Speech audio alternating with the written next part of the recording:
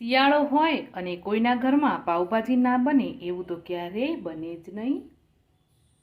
તો આજે આપણે બનાવવાના છીએ ને સરસ એવી લારી પર મળે એવી ટેસ્ટી પાઉંભાજી। તો તમે વિડીયો એન્ડ સુધી જરૂરથી જોજો, તમને બહુ જ મજા આવશે। અને આ પાઉંભાજી તમે હું બનાવું છું ને એ રીતે બનાવશો તો તમે લારીવાળી પાઉંભાજી ખાવાનું ભૂલી જશો એવી બનશે।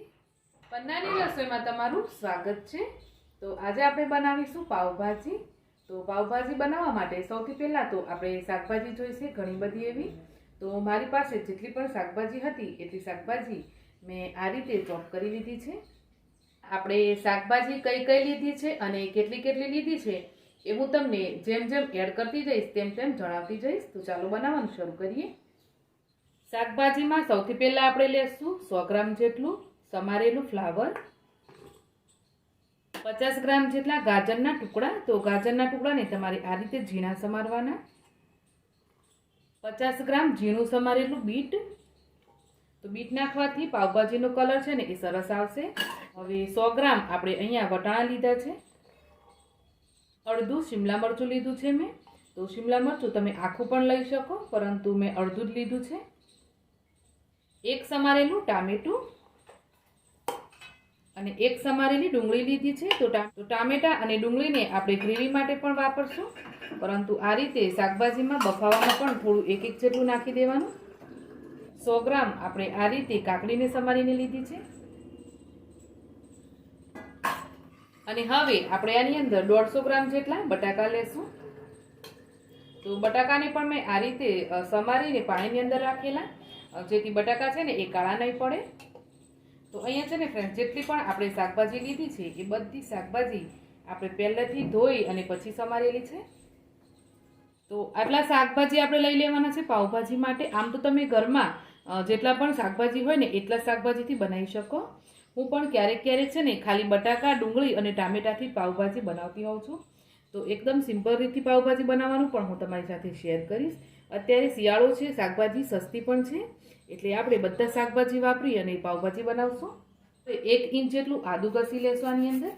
તો આદુને તમારે આ રીતે એડ કરવું હોય ને તો ઘસીને જ એડ કરવાનું, નહીં તો પછી આખા ટુકડા રાખશો તો એ વગળશે નહીં। 1 ઇંચ જેટલી મારી પાસે લીલી હળદર છે, તો હું લીલી હળદરને પણ ક્રશ કરી લઈશ।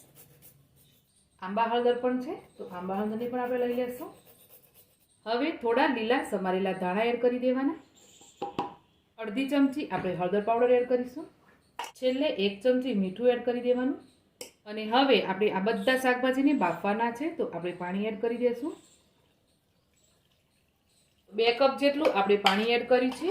તો પાણી પણ તમારે ધ્યાનથી એડ કરવાનું, શાકભાજી બફાવા પણ જોઈએ અને પાણી પણ વધારે ના પડવું જોઈએ એ રીતે તમારે પાણી એડ કરી દેવાનું। તો આ રીતે આપણે દબાવીને જોઈએ ને તો બધા શાકભાજી પાણીની અંદર ડૂબવા જોઈએ એટલું પાણી એડ કરી દેવાનું છે આ રીતે। હવે કુકરનું ઢાંકણ બંધ કરી અને આપણે શાકભાજીને બાફવા માટે મૂકીશું। તો 3 થી 4 વિસલ આવે ત્યાં સુધી આને બાફી લેવાનું। તો જ્યાં સુધી આપણું શાકભાજી બફાય છે ત્યાં સુધીમાં આપણે આ રીતે 2 ડુંગળી અને 2 ટામેટાને ચોપરની અંદર ચોપ કરી લીધા છે।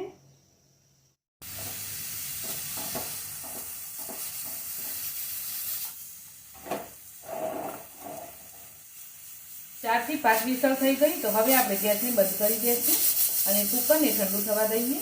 અહીંયા આપણું કુકર ઠંડુ થઈ ગયું છે, તો આપણે એને જોઈ લઈએ। તો આ રીતે બધા શાકભાજી સરસ એવા બફાઈ ગયા છે। તો હવે આપણે શાકભાજીને કુકરની અંદર જ આ રીતે મેશ કરી લેવાના। તો આ રીતે આપણે બધા શાકભાજીનો સરસ એવો માવો કરી લીધો। અને હવે આપણે પાવભાજીમાં વઘાર કરીશું। પાવભાજીનો વઘાર કરવા માટે આપણે ગેસ ચાલુ કરી કઢાઈ રાખી દઈશું અને એની અંદર આપણે 2 પળી જેટલું તેલ એડ કરીશું। એની સાથે આપણે 2 ક્યુબ બટરના એડ કરવાના। તો બટર એડ કરવાથી પાવભાજીનો સ્વાદ છે ને એ સરસ આવતો હોય છે। તો અહીંયા મેં 2 ક્યુબ બટરના પણ એડ કરી દીધા છે। તો હવે આપણે તેલ અને બટરને સરસ ગરમ થવા દઈએ। પહેલાં તો તેલ બટર સરસ ગરમ થઈ જાય એટલે આપણે 1 ચમચી જીરું એડ કરીશું અને જીરુંને આપણે બરાબર ચટકી જવા દેવાનું। જીરું સરસ ચટકી ગયું છે, તો હવે અડધી ચમચી આપણે હિંગ એડ કરીશું। ચોપ કરેલી ડુંગળી એડ કરવાની.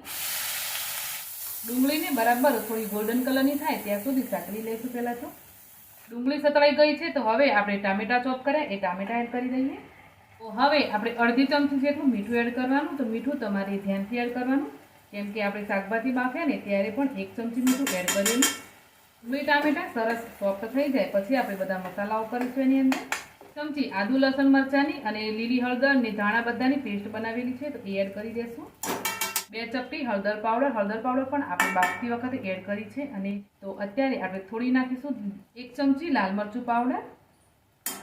તો તીખું તમને જેટલું જોઈતું હોય એટલું લાલ મરચું પાવડર એડ કરવાનું. 1 મોટી ચમચી જેટલા ધાણા જીરું પાવડર એડ કરીશું. અને હવે 2 ચમચી પાવભાજી મસાલો એડ કરવાનો. બધા જ મસાલાને બરાબર મિક્સ કરી લઈએ.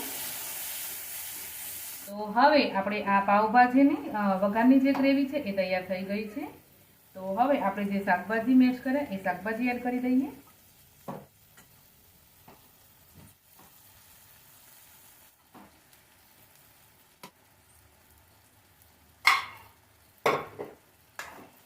મિક્સ કરી લઈએ.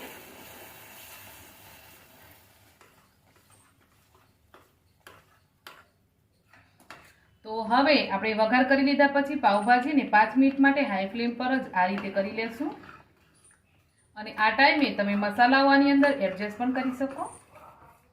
પાવભાજી બનીને તૈયાર થઈ ગઈ છે, તો આપણે ફ્લેમને બંધ કરી દઈશું.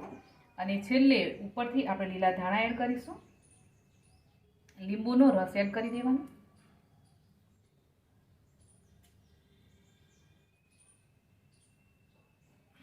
અને પાવભાજી બની ગયા પછી આપણે લીલા ધાણા લીંબુ તો એડ કરવાનું છે, સાથે આપણે બટરનું 1 ક્યુબ એડ કરી દેવાનું.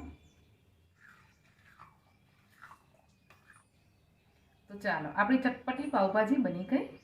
પાવભાજીને સર્વ કરતાં પહેલાં આપણે પાવ શેકી લેશું.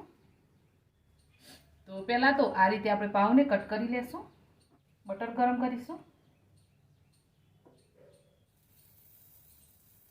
બટર ગરમ થાય એટલે ચપટી મીઠું, ચપટી પાવભાજી મસાલો, ધાણા અને લાલ મરચું પાવડર.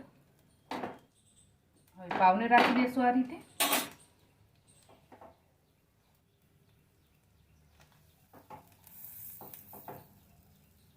આ રીતે સરસ મસાલાવાળા થઈ ગયા. હવે કાઢી લેશું. તો અહીંયા આપણી ગરમા ગરમ પાવભાજી બનીને તૈયાર છે. તો શિયાળામાં તમે એકવાર તો આ જરૂરથી બનાવીને ટ્રાય કરજો. બટર એડ કરી દઈશું. તો પાવભાજીનો સ્વાદ છે ને એ બટર વગર તો એકદમ અધૂરો જ છે. તો બટર તો આપણે ભરીને નાખવાનું છે પાવભાજીમાં. તો અહીંયા આપણી પાવભાજી બનીને તૈયાર છે. એકદમ ટેસ્ટી બને છે. તો આ જ રીતે તમે બનાવજો. તો અહીંયા આપણી લારી પર મળે એવી સ્વાદિષ્ટ પાવભાજી બનીને તૈયાર છે. તો ફ્રેન્ડ્સ, તમને આજની પાવભાજીની રેસીપી કેવી લાગી મને કોમેન્ટ કરીને જરૂરથી જણાવજો.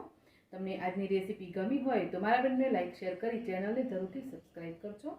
તો મળીશું એક આવી જ નવી રેસીપી સાથે. આવજો.